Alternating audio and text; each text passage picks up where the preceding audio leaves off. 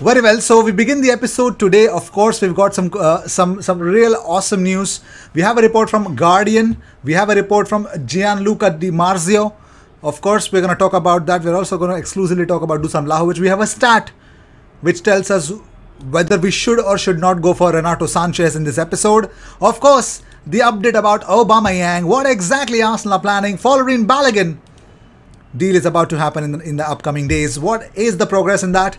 We're going to talk about that. So let's talk about this guy who thinks that he's the next, or he is in contention with Mbappe or Haaland, to be fair. So Guardian say that Arsenal will let Mikel Arteta spend significantly to improve his squad in this transfer window if the right players become available, but they face a battle to land the Fiorentina forward Dusan Vlahovic. Juventus will set a meeting with Sassuolo for striker Gianluca Scamacca imminently. This is the real goal for the Bianconeri. Meanwhile, Juventus are currently studying the offers that they have received for midfielder Arthur Melo. So as of now, Juventus and Vlahovic, no connection. Okay, so let's go on. The addition of Vlahovic, a hugely sought after centre forward who has scored 16 goals in Serie A this season, would be a more extravagant flexing of Arsenal's muscles. This is reported by Guardian, and they are making efforts to exploit the Serbs' precarious situation in Italy. But also, Mikel Arteta was asked about Jack Wilshere, whether there's going to be another short-term deal for Jack Wilshere. Arteta says, I think I was very clear with the situation with Jack and the role that he was going to have being around here, and we continue the same way. So, no way, no Jack Wilshere to Arsenal. So, anyone who's asking this, just tell them this quote of Mikel Arteta. And talking about what Arsenal is doing in this transfer window, what is Edu doing? Mikel says, Edu and his team are working very hard as we know exactly what we need to do. If it is the right player and we can afford it and we can do what we want to do, we will discuss it and we make the best decision possible. We are open. Whether we can accomplish that in January or the summer is a different question, or as it is related to other stuff. Well, already a lot of things Arteta has actually confirmed that he's already said that we're going to move in this window. Of course, he also opened up about the striker situation at Arsenal, already mentioned in my previous episode. So, according to Sky Sports, Jorginho Wijnaldum remains keen to return to the Premier League on loan from Paris Saint-Germain. The former midfielder who has been linked to Arsenal wants to play regular first-team football, and he believes that he could come back to the Premier League. I don't know if that's going to work or not, but let's talk about Cedric Soares. So, you all know Atletico Madrid has let Kieran Trippier join Newcastle United, and they would want to have a backup in that role. So, Cedric Soares is the player that they're looking at. Atletico Madrid are considering to make a loan move for Arsenal right back Cedric Soares. The proposed deal would be a loan with an obligation to buy. Even Sami Mokbel confirmed. He says Atletico Madrid are interested in taking Cedric Soares on loan with a view to a permanent deal. Obligation to buy in a permanent deal, that would be really crazy. I think Arsenal would consider that, and Arsenal are considering that apparently. Let's see if that's the case, then oh my god, we need to have a backup right back as well. So that's really interesting, isn't it? So let's talk about Fabrizio Romano. He says that the people around Arsenal are a bit worried they're not receiving any big proposals for Aubameyang. They hope that in the final week or two a club will come in for him with maybe a loan with option to buy or something. Okay. All right. So already I think I put this on my community tab about Ben Jacobs exclusive on Dusan Vlahovic. Fabrizio Romano on Twitch, he says, I think it's a possibility for Vlahovic. Yeah. Vlahovic to leave in January, only if a big proposal will arrive and Arsenal are on it. So let me clarify, it's true Arsenal want Vlahovic. They wanted him since long time. The real problem is the player, because Fiorentina are open to negotiate. My feeling is since months the player wants to complete the season with Fiorentina and bring them back to European football and then leave in the summer.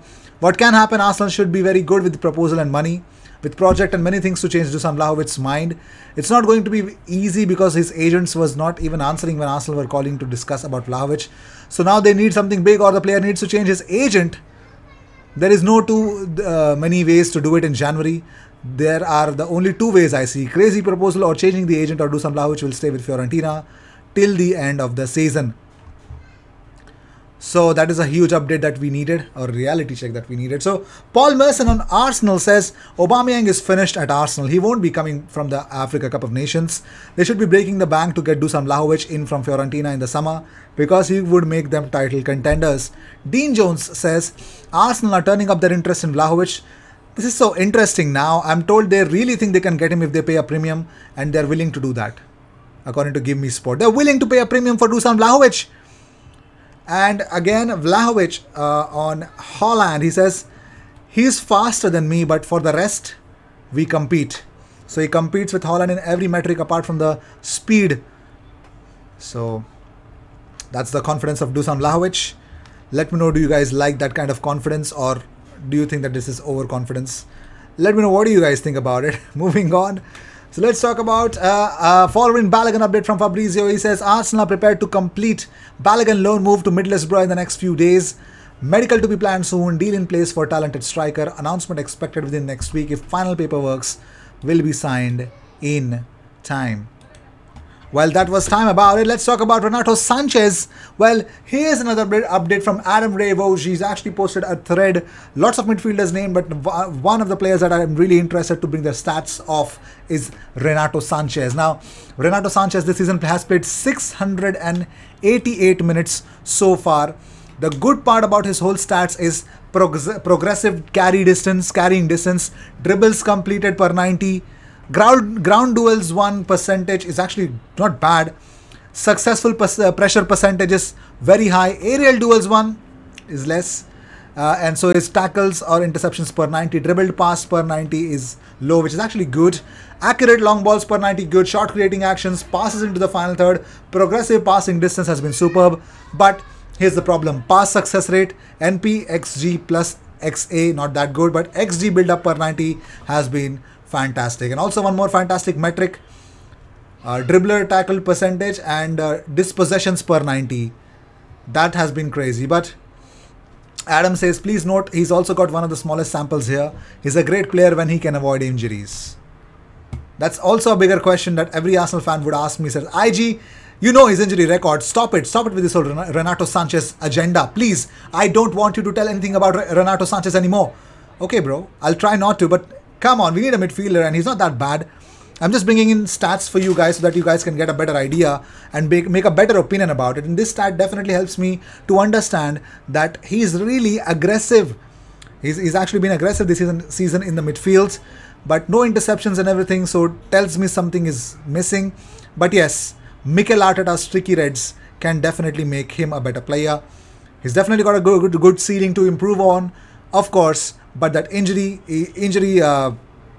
history is not something that we can really be proud of. So let's see what happens. Well, let me know what you guys think about this stat about Renato Sanches. Are you excited about it? Let me know in the comments. I'll see you in the next one. Until then, cheers. And of course, in the next episode, we might have some really interesting news for you. Cheers.